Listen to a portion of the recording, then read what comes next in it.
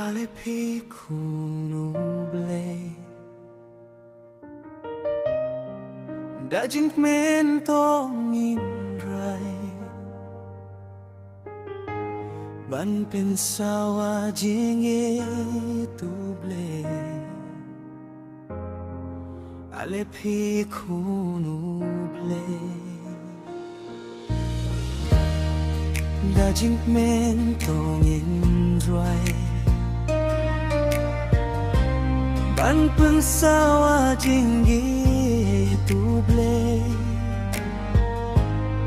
Sao dong kake dublai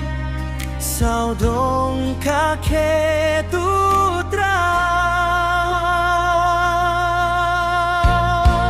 Minang yait seyon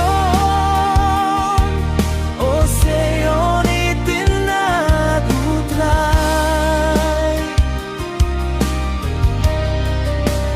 Minang yait syate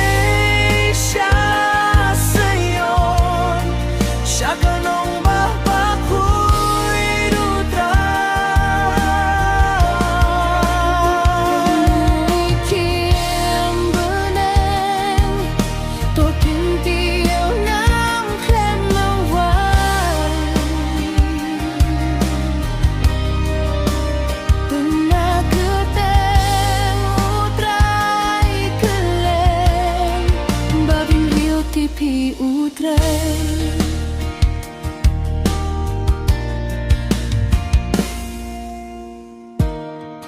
Hulum seyon bada Daburom jong utrai Minyait halin tiksir nila Minyait halin tiksir nila Ban poiri beneng kirnan Ban poiri beneng kirnan Nginang ayat saseyo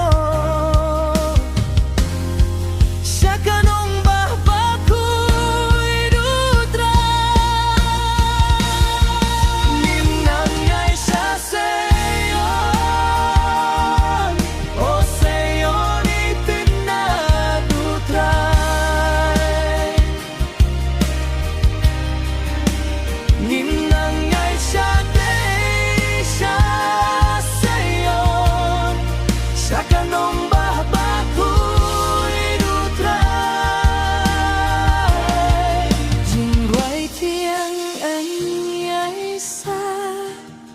Kat basya prangannya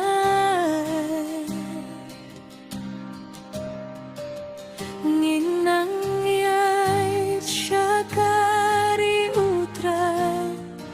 Ribat yang berjublah